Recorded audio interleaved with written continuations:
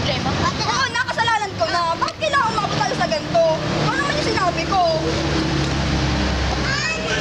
Ano naman yung sinabi ko? Pareho nga kayo huminahon para maayos na to. Huwag ka na kasing umimik. Sa kapay, balimbing ka kasi. Hindi siya palimbing. Naiintindihan niya lang ako. Kasi totoo naman yung sinabi ko eh. May ginawa ako noon. Tapos hindi mo maintindihan. Ikaw lang hindi nakakaintindi sa akin.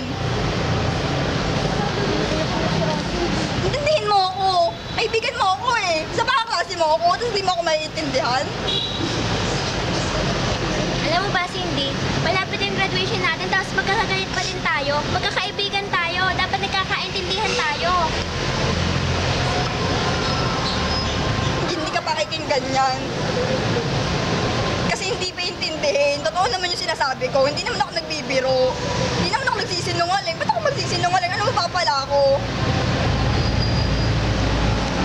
Cindy, matuto tayo magpatawad.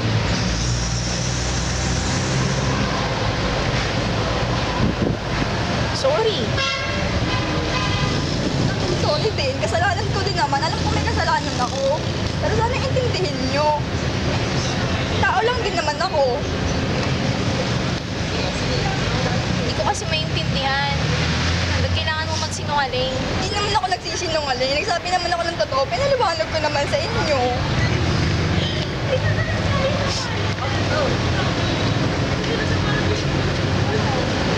Ano? Okay na ba? Problema ka pa ba sa kanya? Sorry kasi inayaan akong lumaki ng ganito. Sorry din. Kasi nainis na kasi ako kay Ginny. Akala ko napakabalimbing mo. Akala ko kinakampihan mo siya kaysa sa amin. Hindi naman kasi sa ganun. Para ako naman kayong mahal. Kasi lang, wala siyang makakasama. Ikaw naman, nakakasama mo yung iba nating kaibigan. Kawawa naman siya pag lagi siya mag-isa. Baguhin mo rin kasi yun, Julie. Hindi ka kasi namin maintindihan kasi ayaw mo mag-share sa amin. Oo nga, inaamin ko na. Kasalanan ko na. Sorry.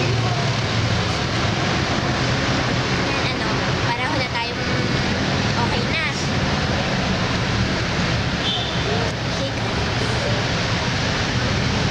Sige na nga, ako nang bahala magpaliwanag sa kanila. Sorry.